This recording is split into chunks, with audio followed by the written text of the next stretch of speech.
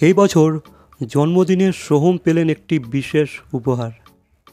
তার নতুন ছবি বহুরূপের পোস্টার প্রকাশ করল ছবির পরিচালক ও প্রযোজকরা। এই ছবিতে সোহমকে 7টি ভিন্ন চরিত্রে দেখা যাবে। প্রতিটি চরিত্রের জন্য তিনি আলাদা লুক তৈরি করেছেন। পোস্টারে সেই 7টি রূপের ঝলক ধরা পড়েছে। বহুরূপ শুধু এক সিনেমা নয়, এটি এক অভিনেতার অন্তদ্বন্দ্বের গল্প।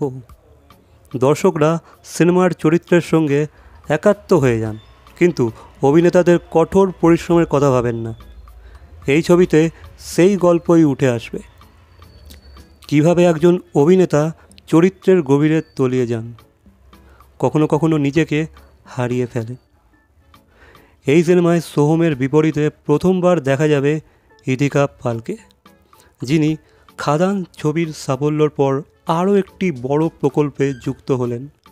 বহুরূপ আগামী বছরের শুরুতে মুক্তি পাবে। সোহম আশাবাদী তার নতুন লুক ও গল্প দর্শকদের মধ্যে উত্তেজনা সৃষ্টি করবে। ভাই গাইস, তোমাদের এই বিষয়ে কী মন্তব্য অবশ্যই কমেন্ট করে জানাবে। ভিডিওটা ভালো লাগলে লাইক, কমেন্ট, শেয়ার, সাবস্ক্রাইব। তো দেখা হচ্ছে পরবর্তী কোনো ভিডিওর সাথে। Till then, by.